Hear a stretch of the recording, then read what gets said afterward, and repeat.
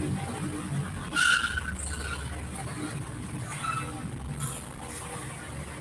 ke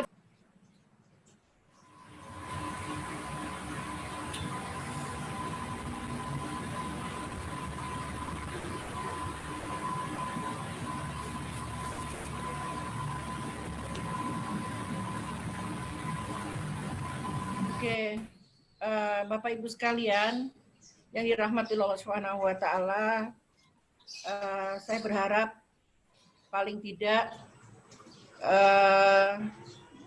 video tadi mengingatkan kembali kepada kita, mengingatkan kepada anak-anak kita, ya nak ya, bahwa sesungguhnya di rumah kalian ada malaikat yang Allah ciptakan untuk kalian, yang akan melindungi kalian, yang akan membimbing kalian, yang akan menangis untuk kalian, yang akan berkorban untuk kalian.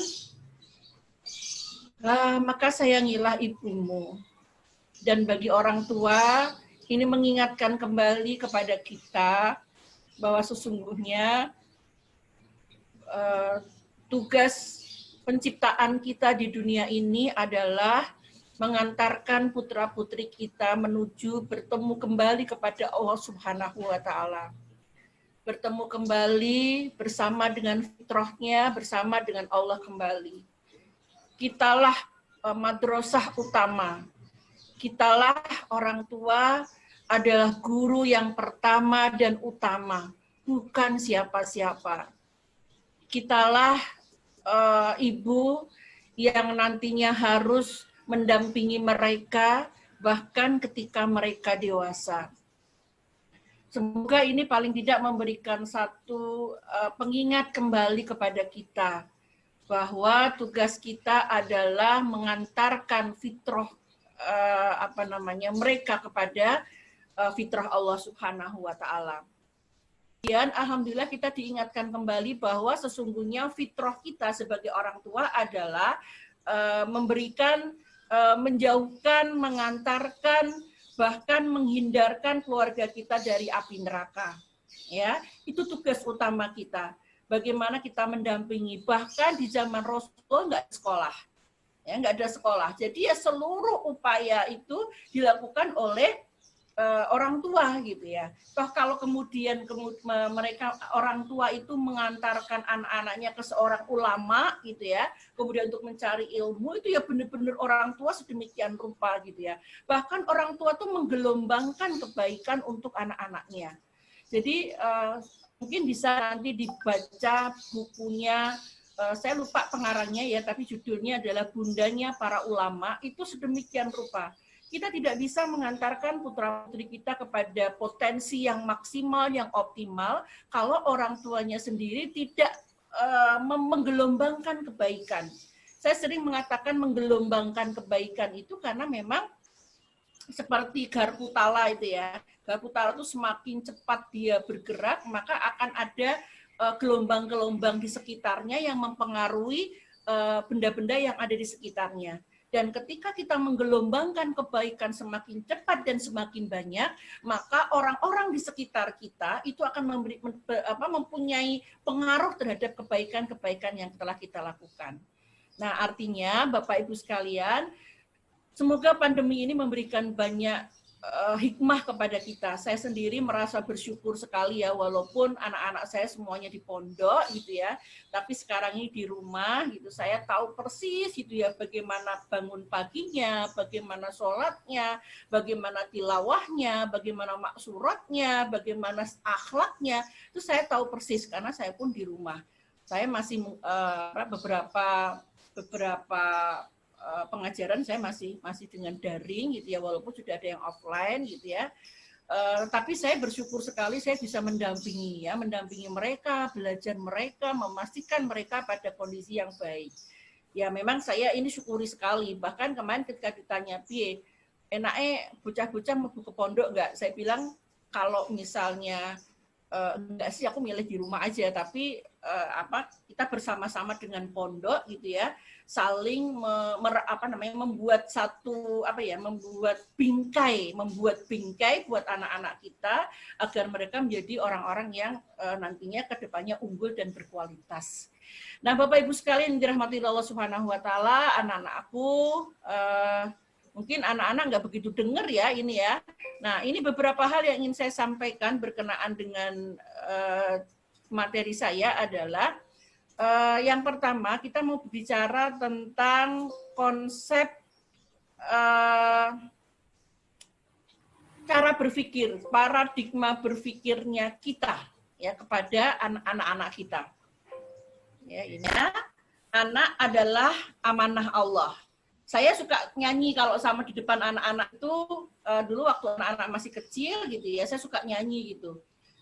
Terima kasih ya Allah, telah kau berikan Yusuf, Farida, Nabila, anak yang pintar, anak yang solih. Saya ganti-ganti tiap hari, ya. Dan itu ternyata anak-anak merasa ya Allah, umiku mungkin yang mereka rasakan senang gitu loh. Ternyata umiku senang ada aku gitu, ya. Itu yang harus kita awali. Paradigma kita berpikir bahwa kita punya anak itu bersyukur. Ya apapun kondisi mereka, apapun yang menjadi potensi mereka gitu ya.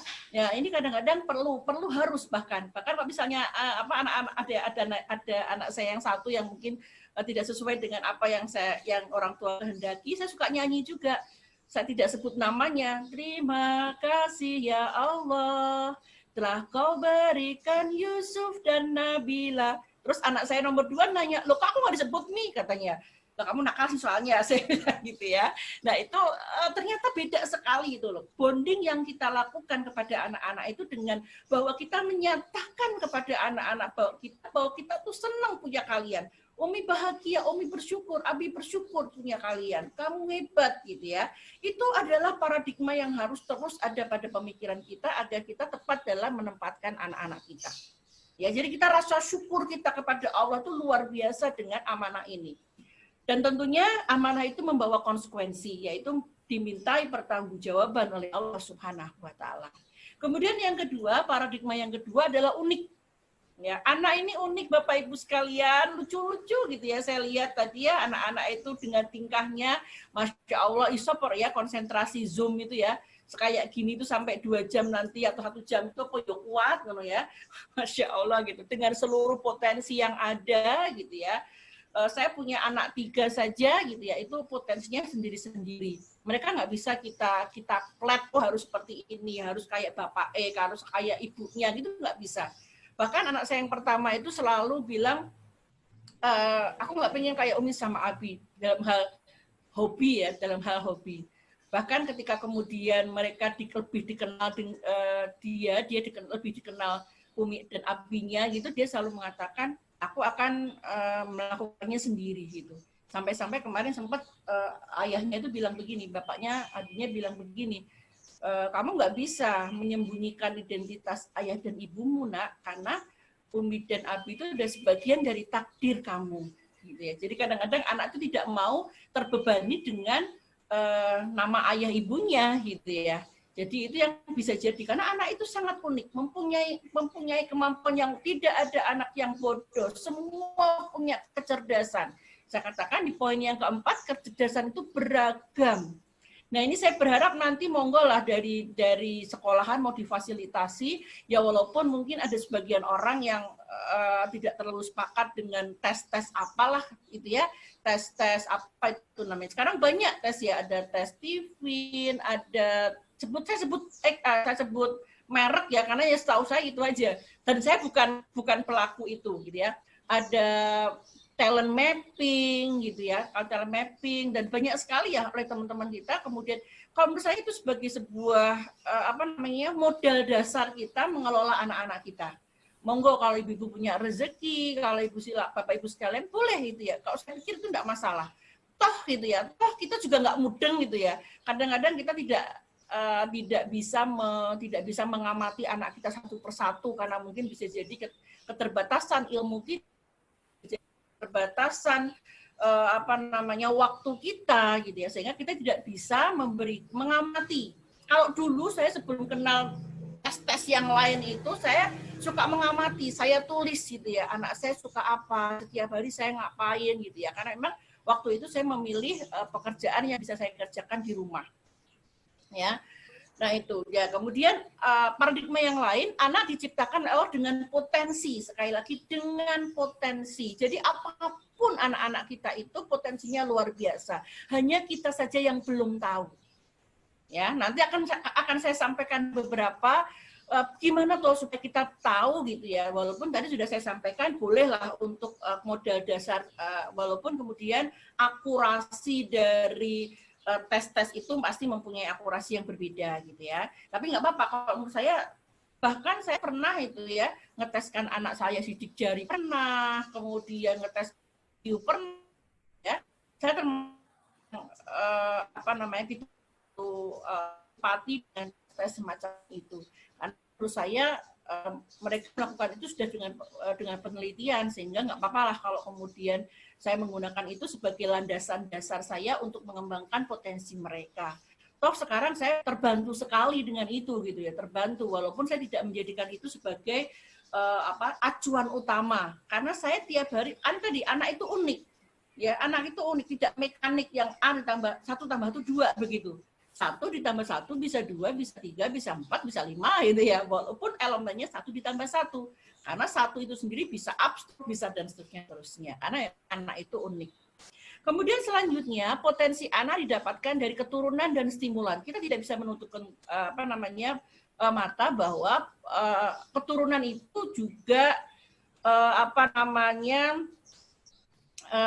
sangat mempengaruhi, walaupun pengaruhnya sangat kecil ya, sangat kecil sekali, hanya sekitar 20%. Dan ternyata ini yang pernah saya lakukan, penelitian kecil-kecil yang pernah kita lakukan, jadi kita survei kepada murid-murid kami gitu ya, sampai dari TK sampai kemudian dia kelas 6 SD gitu. Jadi beberapa potensi-potensi yang tidak distimulan itu tidak akan pernah berhasil. Ya, tidak akan pernah berhasil. Contoh saja saya pribadi.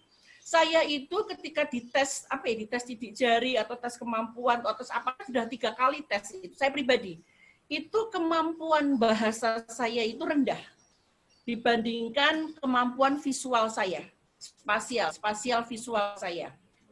Ya, sehingga maka kelemahan saya itu adalah ketika saya menggunakan bahasa-bahasa asing dalam percakapan. Itu lemah saya. Mesti salah-salah gitu loh. Ya, dan saya tahu itu. Sehingga saya memang jarang menggunakan bahasa-bahasa asing ya berkenaan dengan ketika saya berbahasa. Karena memang saya lemah dalam potensi bahasa itu hanya ketika menggunakan bahasa asing. Ketika latih ternyata bisa gitu ya.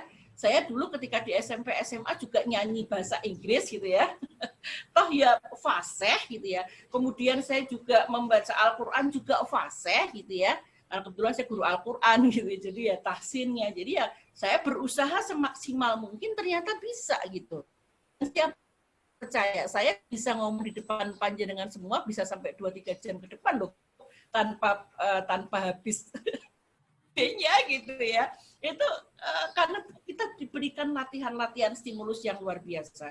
Sementara Bapak Ibu sekalian, kemampuan visual saya yang dikatakan itu hampir 34% kalau nggak salah dari saya yang lain, ternyata ketika tidak itu ya bisa. Saya tuh kalau misalnya nyetir, entah itu motor, terutama kalau mau motor sih sebenarnya saya masih bisa terlihat, tapi kalau mobil itu saya rumangsa kuas ke kanan kok isi bapak saya bilang kiri nabrak mobil gitu ya, itu selalu seperti itu gitu. Dan beberapa kali saya tuh nyenggol uang gitu ya, uang dodol tak senggol itunya kok sampai bisa gitu loh ya, padahal saya potensi visual saya bagus gitu ya. Kalau orang visual bagus itu biasanya di pembalap gitu. Jadi iso ngira-ngira nek aku mlebu sakmene mlebune iso gitu ya. Jadi ternyata saya tidak, karena tidak terlatih untuk itu, ya. Jadi jangan khawatir Bapak Ibu sekalian bahwa potensi itu walaupun keturunan tapi tetap bisa distimulan. dikondisikan, sangat mungkin sekali, sangat mungkin sekali.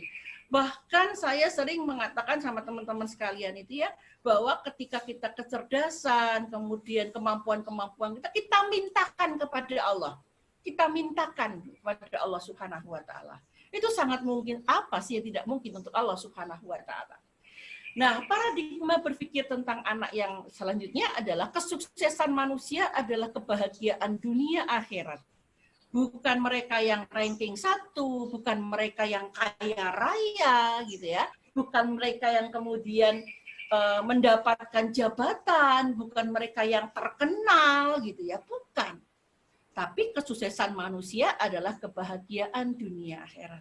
Nah, ini mempengaruhi Bapak Ibu sekalian. Kalau paradigma kita itu mengatakan bahwa yang namanya anak sukses itu adalah anak yang terkenal gitu, ya ini panjenengan bisa amati saja YouTuber sekarang nyuwun sewu, ini harus saya katakan karena kebetulan saya di Semarang itu diamati untuk ya paling enggak mengelola lah teman-teman pelajar SMP dan SMA. Setelah saya amati gitu ya, YouTube yang populer, YouTube yang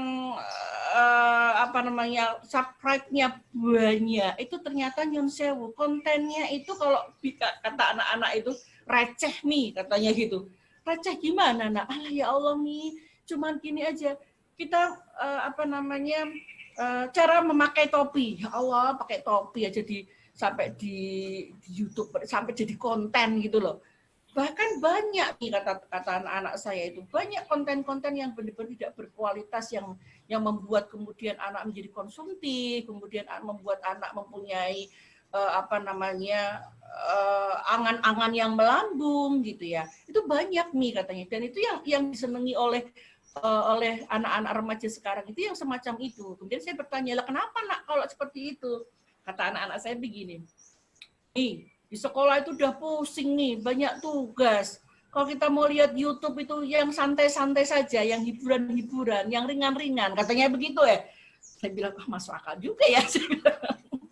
Karena memang beban sekolah sekarang ini luar biasa banyaknya gitu, sehingga anak-anak sudah jenuh, sudah males kalau bisa keluar sekolah ya keluar saja gitu, bisa lebih menikmati. Maka termasuk kenapa alhamdulillah kita diingatkan kembali bahwa sesungguhnya fitrah kita sebagai orang tua adalah memberikan, menjauhkan, mengantarkan, bahkan menghindarkan keluarga kita dari api neraka.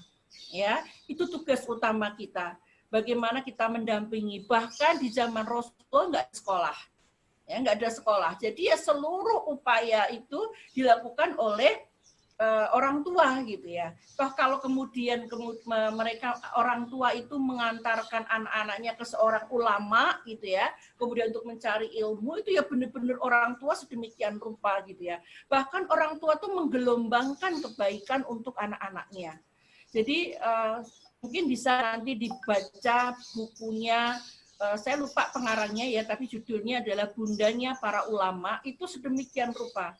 Kita tidak bisa mengantarkan putra-putri kita kepada potensi yang maksimal, yang optimal, kalau orang tuanya sendiri tidak menggelombangkan kebaikan.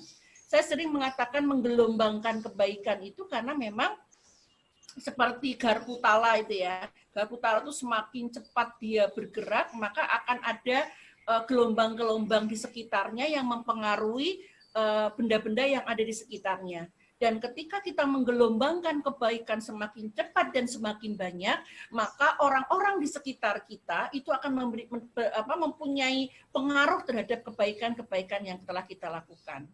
Nah, artinya Bapak Ibu sekalian, semoga pandemi ini memberikan banyak hikmah kepada kita. Saya sendiri merasa bersyukur sekali ya, walaupun anak-anak saya semuanya di pondok gitu ya, tapi sekarang ini di rumah gitu, saya tahu persis gitu ya bagaimana bangun paginya, bagaimana sholatnya, bagaimana tilawahnya, bagaimana maksuratnya, bagaimana akhlaknya, itu saya tahu persis karena saya pun di rumah.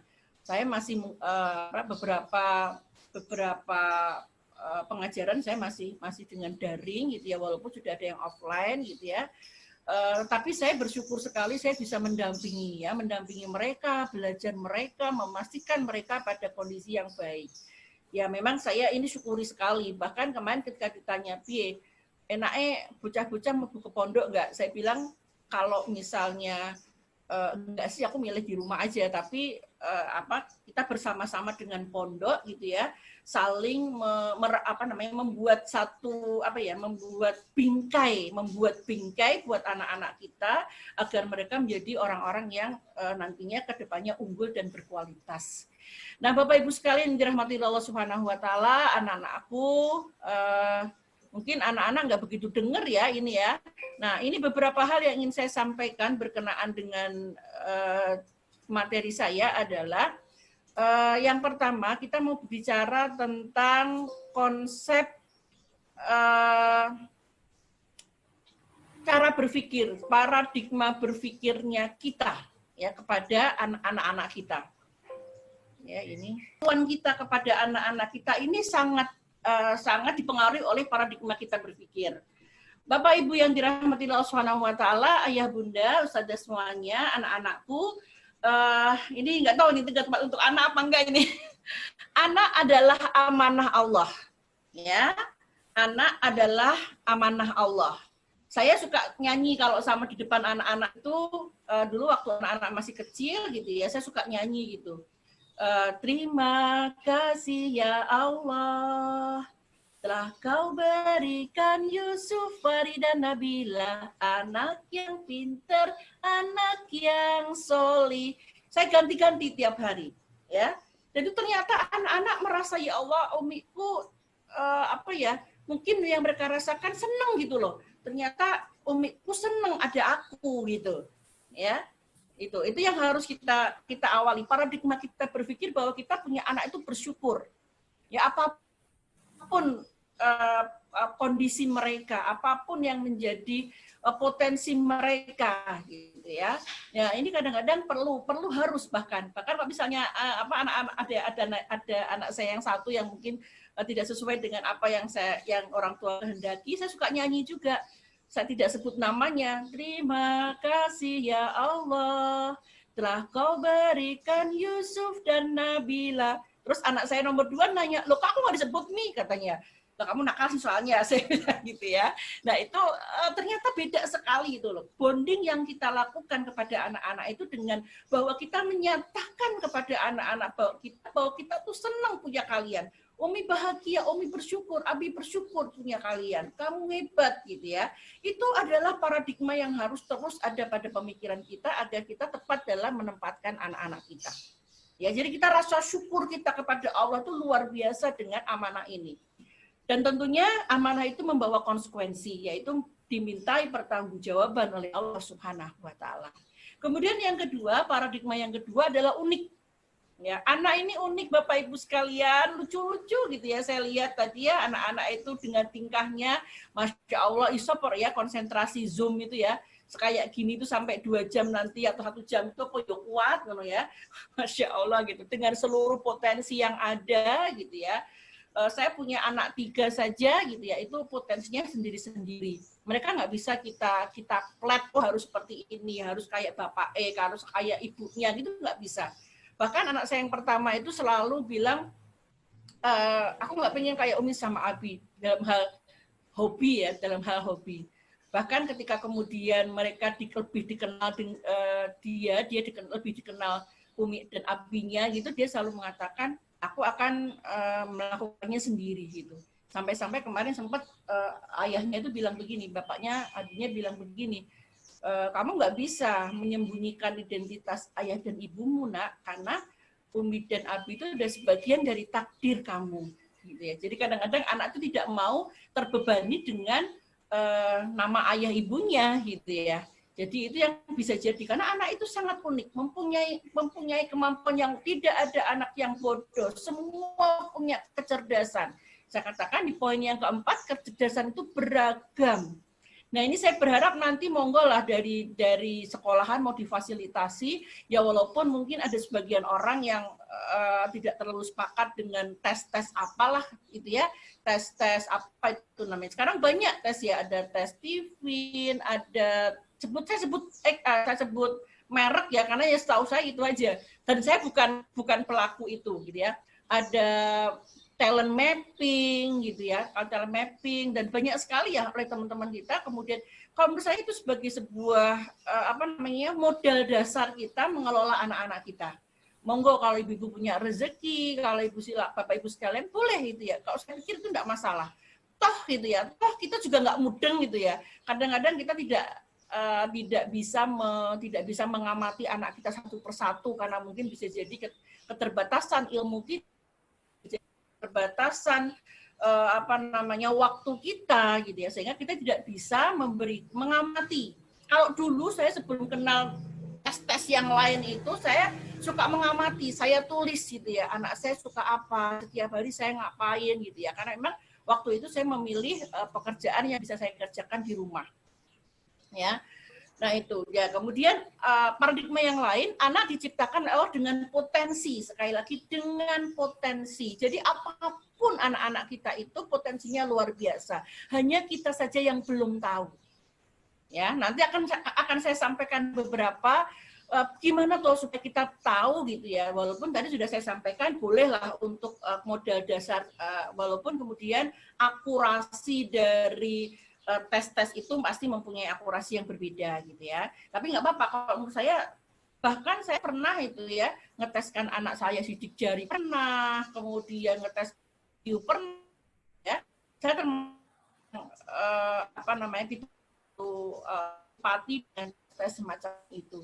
Karena menurut saya mereka melakukan itu sudah dengan penelitian, sehingga nggak apa-apa lah kalau kemudian saya menggunakan itu sebagai landasan dasar saya untuk mengembangkan potensi mereka. Toh sekarang saya terbantu sekali dengan itu gitu ya, terbantu walaupun saya tidak menjadikan itu sebagai acuan utama, karena saya tiap hari anak itu unik ya, anak itu unik, tidak mekanik yang A ditambah 1 tambah 1 2 begitu.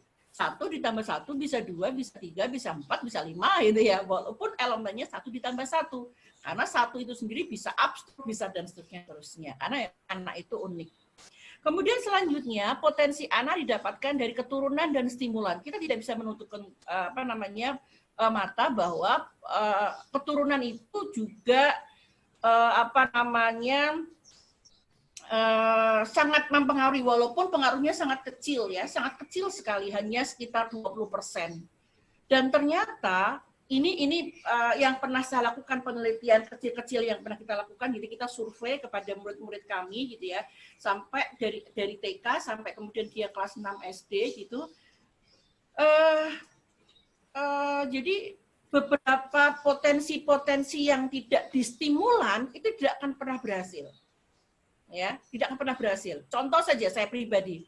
Saya itu ketika dites dites sidik jari atau tes kemampuan atau tes apa, sudah 3 kali tes itu. Saya pribadi itu kemampuan bahasa saya itu rendah dibandingkan kemampuan visual saya, spasial visual saya. Ya, sehingga maka kelemahan saya itu adalah ketika saya menggunakan bahasa-bahasa asing dalam percakapan. Itu lemah saya. Mesti salah-salah gitu loh.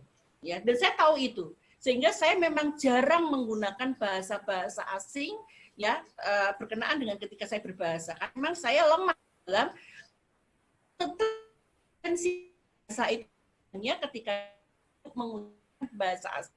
Ketika latih ternyata bisa gitu ya. Saya dulu ketika di SMP SMA juga nyanyi bahasa Inggris gitu ya. Toh ya fasih gitu ya. Kemudian saya juga membaca Al-Qur'an juga fasih gitu ya. Karena kebetulan saya guru Al-Qur'an gitu. Jadi ya tahsinnya. Jadi ya saya berusaha semaksimal mungkin, ternyata bisa gitu. Setiap percaya saya bisa ngomong di depan panjenengan semua bisa sampai 2-3 jam ke depan loh. Tanpa habis nya gitu ya. Itu karena kita diberikan latihan-latihan stimulus yang luar biasa. Sementara Bapak Ibu sekalian, kemampuan visual saya yang dikatakan itu hampir 34% kalau nggak salah dari yang lain, ternyata ketika tidak itu ya bisa. Saya tuh kalau misalnya nyetir, entah itu motor, terutama kalau mau motor sih sebenarnya saya masih bisa terlihat, tapi kalau mobil itu saya rumangsa kuas ke kanan kok isi bapak saya bilang kiri nabrak mobil gitu ya. Itu selalu seperti itu gitu. Dan beberapa kali saya tuh nyenggol uang gitu ya. wong dodol tak tak single itunya kok sampai bisa gitu loh ya. Padahal saya potensi visual saya bagus gitu ya. Kalau orang visual bagus itu biasanya di pembalap gitu. Jadi iso ngira-ngira nek aku mlebu sakmene mlebune iso gitu ya. Jadi ternyata saya karena tidak terlatih untuk itu, ya.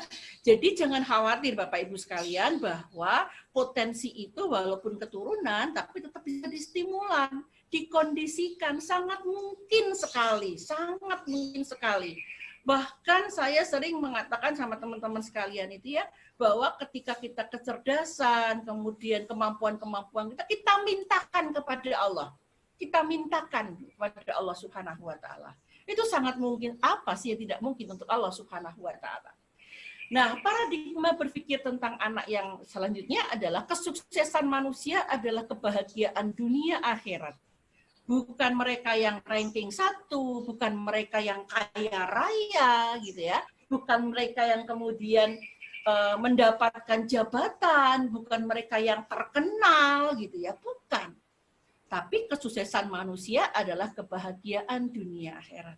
Nah, ini mempengaruhi Bapak Ibu sekalian. Kalau paradigma kita itu mengatakan bahwa yang namanya anak sukses itu adalah anak yang terkenal gitu ya, ini panjenengan bisa amati saja YouTuber sekarang nyuwun sewu, ini harus saya katakan karena kebetulan saya di Semarang itu diamati untuk ya paling enggak mengelola lah teman-teman pelajar SMP dan SMA. Setelah saya amati gitu ya, YouTube yang populer, YouTube yang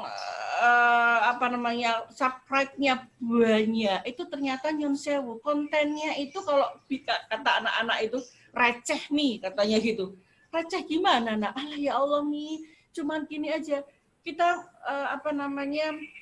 cara memakai topi. Ya Allah, pakai topi aja sampai di YouTube, sampai jadi konten gitu loh. Bahkan banyak nih kata anak-anak saya itu, banyak konten-konten yang benar-benar tidak berkualitas yang membuat kemudian anak menjadi konsumtif, kemudian membuat anak mempunyai angan-angan yang melambung gitu ya. Itu banyak nih katanya, dan itu yang disenangi oleh anak-anak remaja sekarang itu yang semacam itu. Kemudian saya bertanya, lah kenapa nak kalau seperti itu? Kata anak-anak saya begini, nih di sekolah itu udah pusing nih, banyak tugas. Kalau kita mau lihat YouTube itu yang santai-santai saja, yang hiburan-hiburan, yang ringan-ringan, katanya begitu ya. Saya bilang, masuk akal juga ya. Karena memang beban sekolah sekarang ini luar biasa banyaknya gitu, sehingga anak-anak sudah jenuh, sudah males kalau bisa keluar sekolah ya keluar saja gitu, bisa lebih menikmati. Maka termasuk kenapa homeschooling ya, karena memang kebetulan saya mengikuti kan dulu rencananya anak saya yang ketiga memang saya homeschooling-kan dulu awalnya, tapi dia sendiri belum siap dan suami juga tidak terlalu sepakat gitu, akhirnya kita sekolahkan gitu ya. Nah itu saya banyak berdiskusi dengan mereka ya, karena memang pembebanan pembelajaran yang luar biasa, apalagi sekarang daring gitu ya. Jujur saya punya lembaga sekolah yang di TK itu praktik murid gitu. Tapi yang dua murid lah wong TK kok daring, TK kok PJJ gitu kan, dia enggak mungkin lah, saya bilang begitu. Nah bahkan kemarin kan kepada Dinas ya, tolong dong sekarang syarat untuk masuk ke SD harus ada ijazah TK, saya bilang begitu. Kalau sekarang kan enggak ada. Ya, sekarang enggak ada syaratnya itu. Kalau sekarang harus dong, saya bilang gitu. TK kurang anak murid no, saya bilang. Gitu ya. Ini guyonan saya dan ternyata kemarin sudah ada wacana untuk menjadikan syarat masuk SD itu adalah ijazah TK. Nah, ini karena memang enggak ada karena daring semacam ini gitu ya. Nah, Bapak Ibu sekalian yang dirahmati Allah Subhanahu wa taala, hal-hal yang harus diperhatikan dalam potensi anak ini adalah mana di slideshow nggih Us, tampilannya di slideshow. Oh di slide belum ya? Dereng.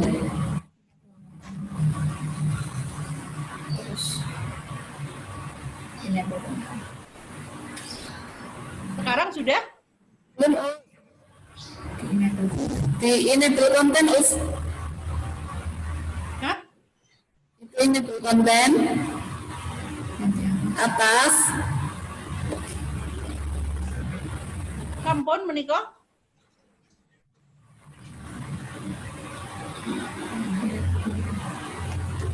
Kan ya? Belum kelihatan? belum di slideshow jadi kelihatan masih kecil ngaten. Oh, ngaten. Sedap.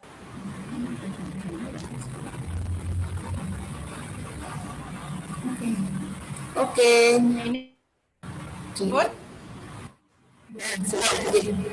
Terima kasih Us. Oke. Ya, maaf. Tadi memang saya kecilkan tadi. Oke, tadi berarti paradigma berpikir sudah present ya, yang ini ya. Yang ini, oke. Semoga masih kelihatan. Oke, yang kedua, hal-hal yang harus diperhatikan dalam melejitkan potensi anak, itu yang pertama, ini, mumpung ini anak-anak masih dari usia 15 tahun ke bawah, Bapak Ibu sekalian, anak-anak ini masih lompat-lompat potensinya, ya, masih belum kelihatan kalau ibarat memori itu belum tebal gitu, ya, belum tebal. Jadi memang masih membutuhkan pencarian-pencarian itu. Kira-kira yang nantinya akan ditebalkan yang mana gitu ya. Yang itu juga merupakan potensi dasarnya, kemudian lingkungan mendukung, karena Nyonya tadi yang saya katakan, ketika dia punya potensi dasar tetapi tidak mendukung, itu juga nggak bisa gitu. Jujur saya tuh suka nyanyi, saya pernah ikut lomba nyanyi, kebetulan ibu saya juga suaranya bagus gitu ya, dan tapi saya tidak mendapatkan lingkungan itu gitu, ya, nggak mendapatkan lingkungan itu, sehingga ya tidak terkembangkan nyanyian saya itu gitu, walaupun dulu sempat di kuliah, sempat ikut jadi tim nasyid ya, tapi karena waktu itu lingkungan tidak mendukung, artinya saya tidak punya kesempatan banyak untuk berlatih nyanyi. Sehingga kemudian suara saya juga tidak akan terpoles dengan baik gitu ya, walaupun saya menikmati gitu ya, bahkan saya wis tuwa ngene iki pinginnya les musik gitu. Kenapa kok saya les musik gitu ya, karena saya pingin buat nyanyian untuk anak-anak TK. Anak-anak TK kita itu sudah nggak punya nyanyian yang edukatif, nyanyiannya sedemikian rupa, sehingga saya pingin gitu ya, belajar musik lagi, kemudian untuk itu tadi membuat nyanyian ya yang untuk TK, tapi SK dari Miswa gitu ya belum keluar gitu ya. Ibu aja yang mungkin yang lain, karena sebetulnya guru SD juga penting itu untuk bisa mengantarkan putra putrinya di cara ada sebagian mengharamkan musik gitu ya. Saya tidak berbicara semacam itu. Oke. Yang pertama, hal-hal yang harus diperhatikan dalam melejitkan potensi anak dan memberikan pengalaman yang beragam. Saya berharap dari Mutiara Hati memfasilitasi ekstrakurikulernya yang banyak, Ustazah. Ya, saya masih ingat di SMA itu, saya itu ikut ekstrakurikuler di semester 1 tuh ada 23 ekstrakurikuler. Semester 1 sampai wali kelas saya, kamu ngapain itu Roh, katanya gitu. Saya pengen lihat mana yang cocok di hati saya bilang gitu. Itu SMA. Ya, jadi memang saya nggak tahu, saya dulu pengen nyoba basket, volley, kemudian tenis meja, semua olahraga saya ikuti, Paskibra, Pramuka, KIR, PMR, kemudian sampai lupa, Pophi. Ya, ada 23. Saya masih ingat sekali di SMA saya itu, di Menteri Suparno itu ada 23 ekstrakurikuler, dan saya mencoba untuk memberikan, oleh karena itu anak-anak juga bisa, silakan diberikan pengalaman. Main ini, bermain sini, banyak sekali yang bisa kita berikan pengalaman untuk agar anak-anak kecenderungannya kemana gitu ya. Kemudian memberikan kesempatan seluas-luasnya kepada anak. Ya, ini biasanya jangan larang-larang. Tadi anak saya kalau memberikan jangan dilarang-larang, ini nggak boleh, ini nggak boleh, ini nggak boleh, gitu ya. Dulu sempat sih ya, anak saya itu ketika mau belajar belajar lettering itu, kan itu mahal Bu, Ustazah, harganya apa namanya, spidolnya itu bermacam-macam, itu mahal gitu ya. Kami itu beli sampai lebih dari 1 juta. Waktu itu saya bilang kamu nabung gitu ya, supaya bisa gitu. Jadi kita tinggal nambah itu sebetulnya ya Allah gitu, mana juga ya gitu ya. Padahal mereka masih berlatih, kadang-kadang kita masih berpikir seperti itu, paling kok entek gitu ya. Nah itulah kadang-kadang orang tua sangat materialis banget gitu. Sangat finansial dihitung banget, padahal kalau kita kemudian memberikan kebebasan kepada anak-anak kita, Masya Allah, hasilnya luar biasa ya. Anak jadi percaya diri, anak jadi kemudian merasa bahwa dia punya kemampuan. Kalau anak sudah percaya diri itu, ya Allah, Masya Allah Bapak Ibu sekalian, dia bisa mengembangkan potensinya itu jauh lebih dari rata-rata sebagian yang lain ya. Kemudian kenali kemampuan dan kecenderungan yang dominan. Ini kita butuh bantuan kok, enggak apa-apa, sama-sama nanti dengan guru, dengan rumah dan seterusnya. Ajak berkomunikasi dan bangun kedekatan. Ini penting sekali.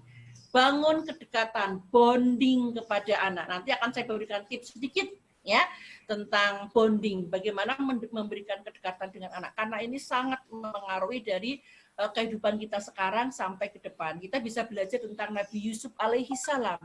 Bagaimana Nabi Yusuf alaihi salam ketika kemudian dia terjebak pada posisi yang kemudian kalau dia melakukan perzinahan itu akan dihinakan dunia wal akhirah, maka kemudian karena ternyata ketika kita teliti secara edukasi gitu ya, kenapa Yusuf alaihi salam, Nabi Yusuf alaihi salam itu bisa tercegah dari itu karena kedekatan beliau dengan ayahnya. Bondingnya dia dengan ayahnya.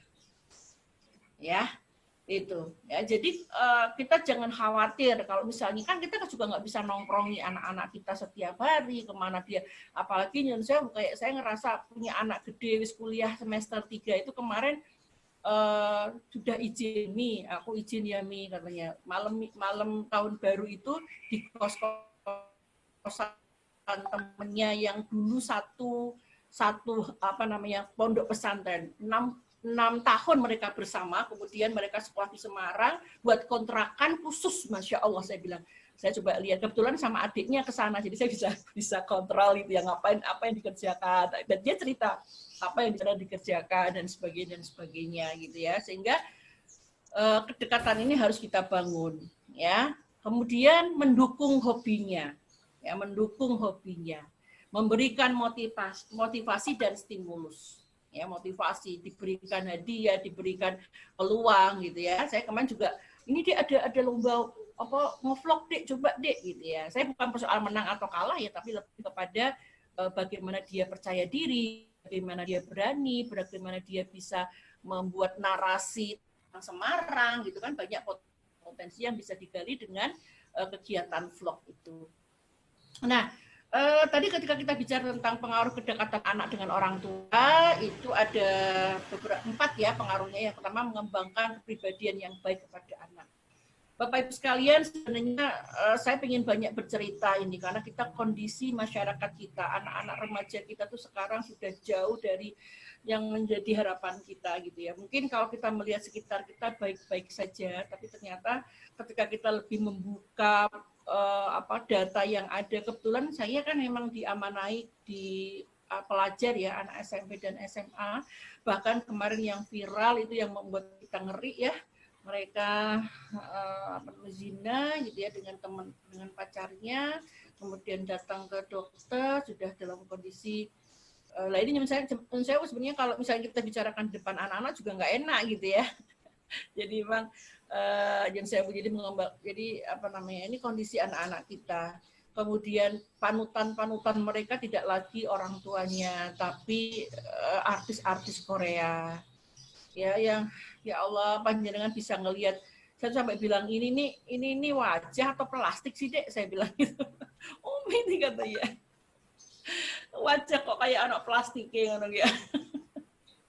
Yang laki-laki mana, yang perempuan mana atau kakak, saya bilang begitu ya. Jadi walaupun kemudian alhamdulillah kita bisa mengevakuasi ya, anak-anak saya sudah terevakuasi untuk tidak sering melihat, tapi bagaimana wong semua iklannya pakai itu gitu ya, semua sekarang menggunakan mereka, gimana mereka nggak ngelihat gitu ya. Nah itu kemudian mengembangkan kecerdasan anak ya. Jadi anak yang dekat dengan orang tua itu bisa mengembangkan kecerdasan anak ya. Ini nggak cuma kecerdasan kognitif sebenarnya, kecerdasan spiritual, kecerdasan sosial gitu ya. Bahkan saya mengatakan, saya nambah gitu ya, kecerdasan manziliyah. Kepekaan manziliyah itu ke rumah tanggaan gitu ya. Karena anak-anak sekarang itu terutama yang perempuan itu kok ya rak mudeng ya, rumah tangga itu kayak apa gitu ya, nggak peka. Jadi mereka hanya bisa belajar gitu ya, main HP, sementara kalau untuk pekerjaan rumah tuh mereka tidak bisa. Dan saya punya banyak kasus, kasus yang saya tangani, yang saya dampingi karena kebetulan saya punya lembaga psikologi. Banyak ibu-ibu remaja, ibu-ibu muda gitu yang itu baby blue syndrome gitu ya, sampai 2 anak itu dia sampai nggak bisa ngapa-ngapain karena dia bingung begitu dia punya anak apa yang harus dia lakukan, nyapu ra iso, masak ra iso, popo ra iso, sehingga bingung apa yang harus dia lakukan. Ya, anaknya nangis terus itu ya, akhirnya yang terjadi ya kita bisa membayangkan bagaimana ketika rumah tangga itu seorang ibu tidak terampil di dalam mengurusi rumah tangganya. Jadi mengembangkan kecerdasan anak itu nanti luar biasa sekali kalau kita kemudian bisa membonding diri kita dengan anak-anak kita. Kemudian melejitkan potensinya, Masya Allah ini benar kalau kita dekat dengan anak itu kita bisa melejitkan mereka jadi percaya diri, mereka kemudian termotivasi karena dekat dengan kita gitu. Karena sebenarnya anak itu, dia itu sangat saya suka bilang sama teman saya itu, anak saya yang pertama itu kan emang di pondok 6 tahun dari SMP sampai SMA ya. Sekarang itu kehidupan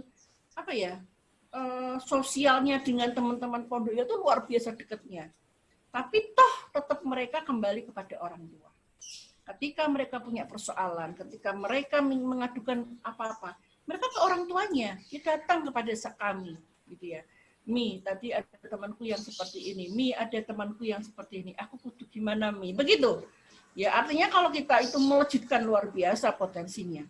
Dan juga yang terakhir, ibu sekalian, bapak ibu sekalian, menjaga kebaikan pada anak kita.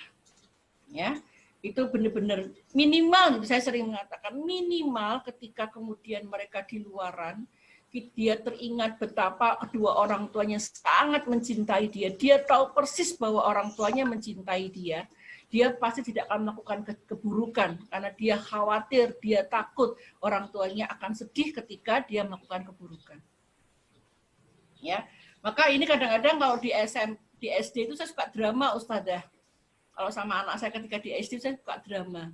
Saya bangun kedekatan dengan mereka sedemikian rupa sampai sekarang, bahkan di pandemi itu saya kalau misalnya lagi bosan di rumah, sudah saya ajak mereka bertiga, ayo kita jalan aja, jalan naik gitu ya, naik mobil gitu, jalan muter sak Semarang gitu ya. Kita bawa makanan ya makan di dalam mobil gitu ya. Sudah gitu, kita ngobrol sedemikian rupa. Karena secara psikologi sebenarnya bahkan Rasulullah dalam pendidikan Rasulullah itu salah satu suasana yang bisa membangun kedekatan dengan anak itu 3 hal. Ya, yang pertama saat syafar, yang kedua saat makan, yang ketiga sebelum tidur. Ya, itu membonding anak seperti itu. Jadi saya apalagi anak-anak sudah dewasa ya. Anak saya sudah di awal remaja, usia 12-14, kemudian di usia 19 tahun, ini 20 lah sekarang, tahun 20 ke tahun ke-20 dia. Nah, itu kemudian saya ajak untuk ya ngobrol aja kok. Misalnya kita keluar, kita ngobrol, kita bercerita, itu semua unek-uneknya dikeluarkan. Ya, nggak terasa itu. Padahal kita cuma mancing 1, 2, 3 gitu, tapi mereka keluar semua. Nah, ini untuk menjaga kebaikan mereka. Nah, caranya bagaimana? Cara membonding tadi itu saya sampaikan 3 hal tadi, waktu yang sangat krusial ya untuk dipakai untuk mendekatkan kepada anak-anak kita. Kemudian caranya memanfaatkan waktu yang ada dengan menghadirkan, ini fisik ya, yang saya fisik dan hati. Ya, tidak sekedar fisik saja, tetapi hati kita di handphone gitu ya. Mendampingi anak karo mainan HP gitu ya, mendampingi anak dengan mikir yang lain gitu, tidak. Jadi kita menghadirkan fisik dan menghadirkan hati ketika mendampingi anak-anak. Apalagi di usia SD, nyen sewu, di usia SD. Ya. Anak saya tuh sering protes sama saya, Om itu tiap hari ngajar, pagi ngajar, sampai nanti malam ngajar, apalagi sekarang sering daring malam hari gitu ya. Itu sampai-sampai saya itu ketika anak saya mau curhat itu, saya bilang sama ibu-ibu, karena kebetulan saya ngajarnya di rumah ya, saya bilang sama ibu-ibu, silakan Bu tilawah dulu Bu. Anak saya mau curhat sebentar. Saya sampai berani begitu, karena memang anak saya butuh saya, dan itu tidak bisa terulang. Waktu itu tidak bisa kembali gitu. Sehingga saya bilang sama ibu-ibu, nyun sewu panjangan tilawah dulu misalnya gitu ya. Nanti saya akan kesini lagi setelah panjangan tilawah, saya dengarkan anak saya untuk curhat. Terutama yang perempuan tuh ceriwis gitu Bu, sukanya curhat.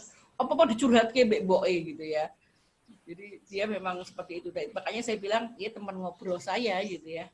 Misalnya saya pun juga demi kalau lagi jengkel, lagi capek gitu ya, saya juga ngobrolnya sama dia.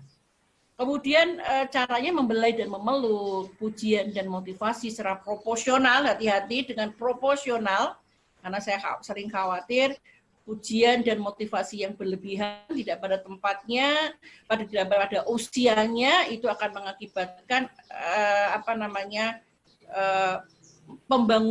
membentuk jiwa yang tidak baik pada anak-anak. Karena sudah saya buktikan ini. Jadi anak-anak yang tidak tepat, misalnya kayak Rasulullah itu kan berbicaralah kepada anakmu ketika usia 0 sampai 7 tahun seperti raja, ketika usia 8 sampai 15 tahun seperti tahanan, dan ketika usia di atas 15 tahun itu sebagai teman. Itu kalau kita tidak terapkan secara proporsional, maka berakibat tidak bagus bagi jiwa anak-anak. Ya. Kemudian yang selanjutnya melakukan komunikasi, ya, bercerita atau mendongeng, ada kesempatan merasakan perpisahan. Nah, ini boleh ya, sekali-sekali ibu-ibu berpisah dengan anaknya gitu. Dan hasil penelitian kami untuk anak usia 0 sampai 6 tahun itu butuh kesempatan berpisah itu 2 sampai 3 jam. Ya. Ini panjenengan akan bedakan. Makanya bedakan kalau misalnya full bener 24 jam sama kita, itu bener-bener Masya Allah, nggak bisa dipisah sama dua ini jireh. Ini nggak berani. Nanti kalau di TK-nya agak sulit, itu nggak misalnya harus di TK-nya. Ya, ini memang hasil penelitian 3 sampai 4 jam untuk usia 0 sampai 7 tahun. Ya. Nah, kalau lebih dari itu ya saya kasihan juga sama anak-anak gitu ya. Nah, kemudian memahami tugas perkembangan anak sesuai dengan usianya. Ini kembali kepada potensi tadi, ya. Ketika tadi kan saya mengatakan bahwa ada beberapa hal yang perlu diperhatikan di dalam mengembangkan potensinya. Salah satu adalah bonding. Tadi caranya bonding sudah saya sampaikan. Kemudian kemanfaatan bonding juga sudah saya sampaikan. Nah, sekarang pada potensinya, ya, memahami tugas perkembangan anak sesuai dengan usianya. Jadi kadang-kadang nyuwun sewu, ibu-ibu, bapak-bapak ini sering tidak memahami perkembangan anak-anak, ya, tugas perkembangannya. Misal nih, dia usia kelas 2 SD. Kelas 2 SD itu berarti sekitar 8 tahun, ya, 8 tahun. Kita nyuruh anaknya itu tidak sesuai dengan perkembangannya, misalnya dikon macul misalnya, ya nggak bisa lah macul anak-anak kelas 2 SD gitu ya. Ya kecuali panjenengan memang sudah melatihnya gitu ya. Jadi ini perlu sekali. Kalau saya sih lebih gampangnya misalnya ya anak-anak usia kayak SMP itu karena kebetulan saya sekarang lebih anak-anak saya paling kecil SMP ya misalnya. Kalau di SD misalnya begini. Kelas TK itu sebenarnya tugas perkembangannya dia mengenal calistung, belum bisa membaca. Tapi kenyataannya bapak orang tua bahkan berani ngeleski untuk memaksa anak belajar calistung. Biasanya seperti ini. Nah, calistung itu sebenarnya nanti beriring dengan perkembangan intelektualnya, beriring dengan perkembangan psikologisnya, beriring dengan perkembangan fisik motoriknya, serta emosionalnya, dia akan mampu untuk itu. Asalkan kita terus menstimulus dengan cara yang membahagiakan, dengan cara yang menyenangkan. Nah, persoalannya kita seringkali memaksakan kepada anak-anak kita. Ini yang tidak diperbolehkan. Ya, kalau saya cenderung menggunakan istilah pengkondisian. Jadi saya bukan termasuk orang yang anti dalam mengajarkan calistung di usia dini ya. Saya boleh, tetapi yaitu dengan cara tadi sudah melewati tugas perkembangannya. Ya, artinya mereka sudah diberikan stimulus tentang simbolisasi, mereka sudah diberikan pengalaman untuk motorik kasar dan motorik halusnya, kemudian sudah dilatih secara intelektualnya itu kemudian bisa.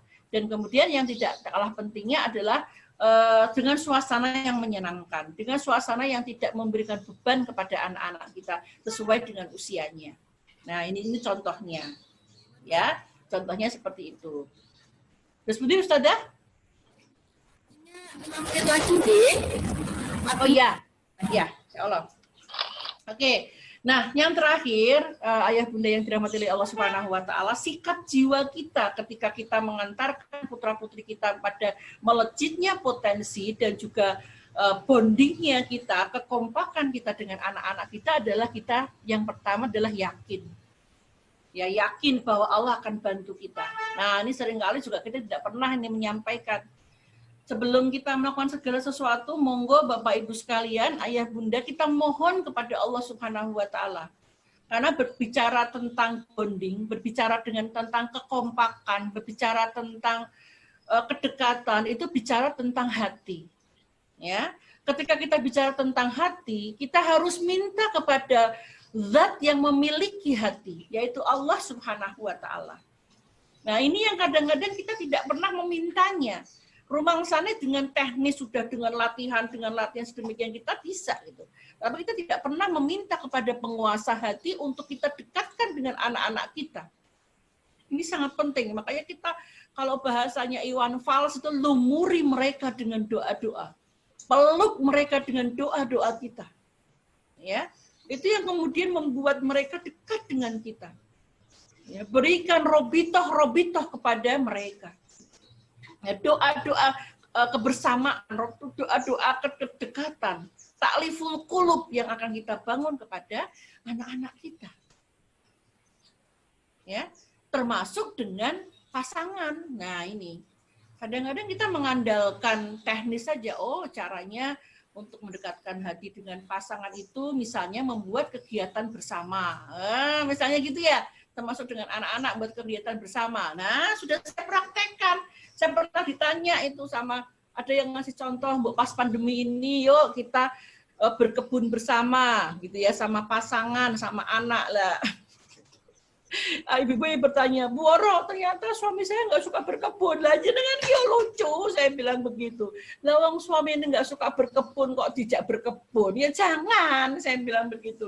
Lakukan yang kita sama-sama suka, gitu ya. Lakukan hal. Kalau misalnya nggak sama-sama suka gimana gitu. Loh itu saya banget itu. Saya dengan pasangan itu banyak sekali hal-hal yang berbeda, hobinya berbeda, apa-apanya berbeda. Toh gitu ya, kami tetap bersama gitu dalam kondisi yang menurut saya sangat nikmat gitu. Jadi kadang-kadang yang namanya bersama-sama kan tidak harus bareng-bareng ngerjake gitu.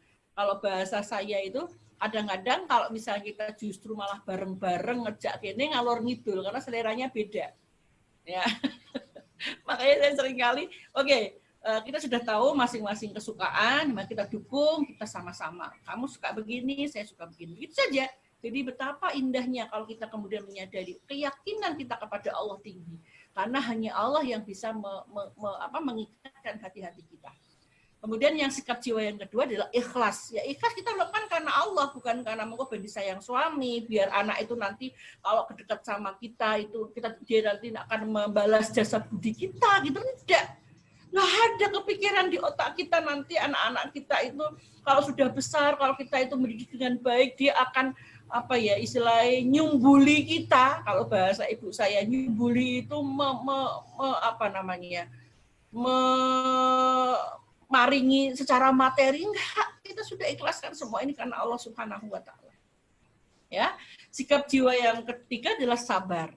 Ya, sabar di sini adalah berlapang dada dengan sikap anak-anak kita. Saya sering mencontohkan seharusnya sabar ini pada gini. Bapak Ibu sekalian pernah kan putranya TK ya? Kalau putranya TK, kemudian pentas seni gitu ya, itu semakin mereka melakukan kesalahan ketika pentas seni, semakin lucu nggak Bu? Semakin lucu kan? Iya, jadi makin seneng kan kita? Nah, artinya sabar itu seperti itu contohnya. Semakin mereka melakukan kesalahan gitu ya, semakin kita terus melakukan berupaya untuk berbaik hati dengan mereka. Ya, tidak malah marah-marah gitu ya. Kemudian sikap jiwa yang selanjutnya ada detail. Nah, ini detail ini penting sekali. Ini memang tugasnya ibu. Kalau bapak-bapak agak sulit ini kalau detail ya. Detail ini adalah detail melihat potensi anak gitu ya. Detail melihat karakter anak gitu ya. Kalau perlu, kalau saya karena orang visual tak tulis ya. Sebenarnya di sini ada kemampuan, misalnya kayak Bu Guru itu punya anekdot rekod ya. Nah, itu di sekolah dimanfaatkan ya. Jadi ada kegiatan-kegiatan atau kejadian-kejadian luar biasa yang terjadi pada hari tulis. Gitu. Saya itu paling senang guru di tempat saya wajibkan untuk setiap hari isi anekdot rekod itu agar kemudian ketika terjadi persoalan apapun, saya tinggal baca itu aja historisnya gitu ya. Piye bocah.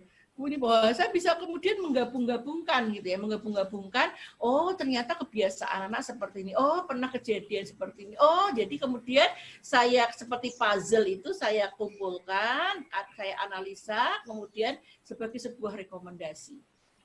Ya, nah itu kan berarti potensi anak-anak kita. Nah kemudian tertib ya, tertib gitu ya, tadi yang saya katakan ini orang tua banyak yang nggak tertib gitu ya. Ini menurut saya pengorbanan yang harus saya lakukan gitu yang kita lakukan. Apalagi sekarang saya itu punya HP ini yang memang dipakai untuk menulis hal-hal yang memang hal-hal yang mengingatkan kita kepada ketertiban itu. Kemudian terencana. Nyanyian saya kadang-kadang kita hidup ini setiap hari mau ngapa-ngapain ke anak itu nggak terencana. Tapi saya sungguh bersyukur pandemi ini membuat kita itu jadi hidup ini penuh dengan perencanaan menurut saya. Ya karena saya juga kalau belanja nggak kemana-mana kan, jadi saya sudah merencanakan saya WA dulu ke mbaknya gitu ya. Itu sampai terencana. Nah ini memang butuh latihan, ya memang butuh latihan.